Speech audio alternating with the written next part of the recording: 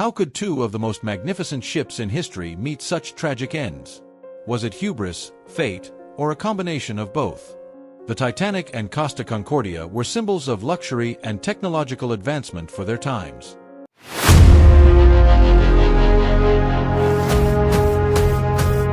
Titanic, launched in 1912, was hailed as the unsinkable marvel, boasting ornate interiors and state-of-the-art engineering. Costa Concordia, nearly a century later, epitomized modern cruising with sprawling pools, opulent restaurants, and towering decks. Both ships carried dreams, ambitions, and thousands of lives, but their grandeur could not protect them from disaster. Titanic met an iceberg in the frigid North Atlantic, while Costa Concordia struck rocks off the Italian coast, just meters from safety. But what really sets these two apart? Is it the scale of tragedy, or the stories they left behind? Could these disasters have been avoided? Did overconfidence play a role? Titanic's fateful voyage began with a sense of boundless optimism. Despite iceberg warnings, Captain Edward Smith maintained high speeds, confident in the ship's unsinkable reputation. Disaster struck on April 14, 1912, when Titanic grazed an iceberg, tearing open its hull. The icy water rushed in, dooming over 1,500 passengers. Fast forward to January 13, 2012, Costa Concordia's captain Francesco Schettino, in a dramatic show of bravado, deviated from the planned route to perform a salute near the island of Giglio. His decision led to the ship striking submerged rocks, ripping open a gash along its side. Unlike Titanic, Concordia's passengers were within sight of land. Why then, with all our advancements, did Costa Concordia still fail to ensure safety? Does true leadership reveal itself in moments of crisis, or does it crumble under pressure? Captain Edward Smith of Titanic, known for his distinguished career, faced his greatest challenge on his final voyage. Despite warnings, his decisions, like not slowing the ship, were shaped by the era's overconfidence in technology. When disaster struck, he remained on board until the very end, embodying the captain goes down with the ship ideal. In contrast, Captain Francesco Schettino of Costa Concordia abandoned his ship before many passengers, earning worldwide scorn. His infamous excuse, "I tripped and fell into a lifeboat," stands as a stark contrast to the heroism expected of a captain. What separates a hero from a coward in such moments of crisis? How does one decide who lives and who dies when disaster strikes? Titanic's passengers represented a cross-section of society: wealthy elites in first class, middle-class travelers in second class, and hopeful immigrants in third class. The class system dictated survival rates, with first-class passengers far likelier to board lifeboats.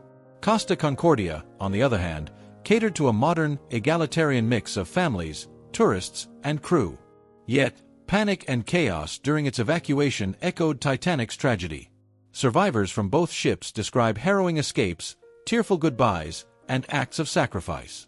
Does class, technology, or sheer luck decide one's fate? Did the technology of their times protect them, or make them complacent? Titanic was equipped with the latest maritime innovations of 1912, such as watertight compartments and Marconi wireless technology. But these advancements also created a dangerous overconfidence, leading to insufficient lifeboats and excessive speed. Costa Concordia, in contrast, boasted cutting-edge navigation systems and safety protocols, including GPS and automatic distress signals. Yet, human error overrode these systems, turning an advanced ship into a disaster waiting to happen. How can technology simultaneously save and doom lives? Are we truly safer today, or have we just shifted the risks? What secrets do their wrecks reveal about the mistakes that led to their doom? The Titanic wreck lies 12,500 feet below the surface, preserved in the freezing depths of the Atlantic. Its haunting remains, including crumbling railings and eerie personal belongings, serve as a stark reminder of human hubris. In contrast, Costa Concordia rested in shallow waters, partially visible above the waves for years before its removal in 2014.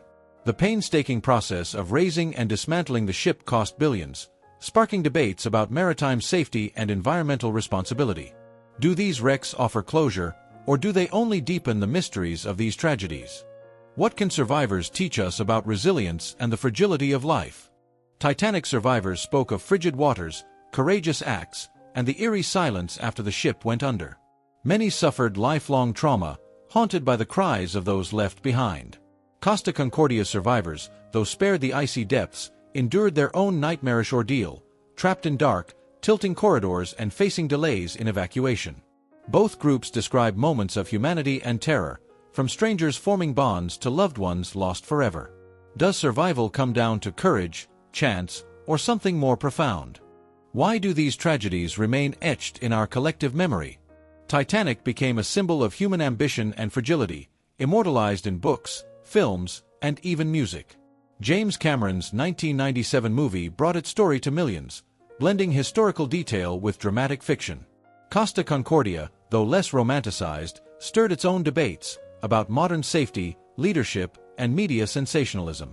Both disasters remind us of our vulnerability in the face of nature and human error.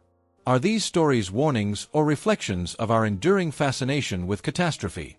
When disaster strikes, does leadership make the difference between life and death? Titanic's Captain Edward Smith went down with his ship, cementing his legacy as a tragic figure. Despite criticism for ignoring iceberg warnings, he remained a symbol of stoic duty. In stark contrast, Costa Concordia's Captain Francesco Schettino abandoned ship early, earning the nickname Captain Coward. His actions not only shattered the passengers' trust but also became a media spectacle. Both tragedies raise uncomfortable questions. What does true leadership look like in moments of crisis? And how do decisions made in seconds define legacies for centuries? How did the world react to these disasters, and what does it reveal about our changing society? News of Titanic's sinking spread slowly, with telegrams and newspapers piecing the story together. The tragedy dominated headlines for months, fueling myths and public outrage over the lack of lifeboats. Fast forward to Costa Concordia, and the world watched the disaster unfold in real time, thanks to smartphones and social media. Passenger videos and live tweets painted a raw, unfiltered picture of the chaos. Does our hyper-connected world make us more compassionate, or have we become desensitized to tragedy? Have we truly learned from these tragedies, or are we doomed to repeat them? Titanic spurred changes in maritime laws, including mandatory lifeboats for all passengers and round-the-clock radio operators. Yet, a century later, Costa Concordia exposed glaring weaknesses in enforcement and crew training. Safety drills were delayed, and evacuation procedures broke down under pressure. Both disasters reveal a troubling pattern. Regulations often come after tragedy, not before. How many lives must be lost before we prioritize prevention over reaction? And can history's lessons keep pace with humanity's ambition? In the end, what do these tragedies teach us about humanity and its place in the world? The Titanic and Costa Concordia were marvels of their times, designed to conquer the seas and bring people closer together. Yet their tragic ends reveal the fragility of human endeavors against nature's might and the consequences of hubris, greed, and error. They are not just stories of ships but mirrors reflecting our strengths, weaknesses, and enduring resilience.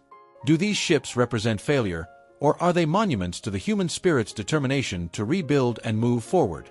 And, as we dream bigger and reach further, are we prepared for the challenges ahead?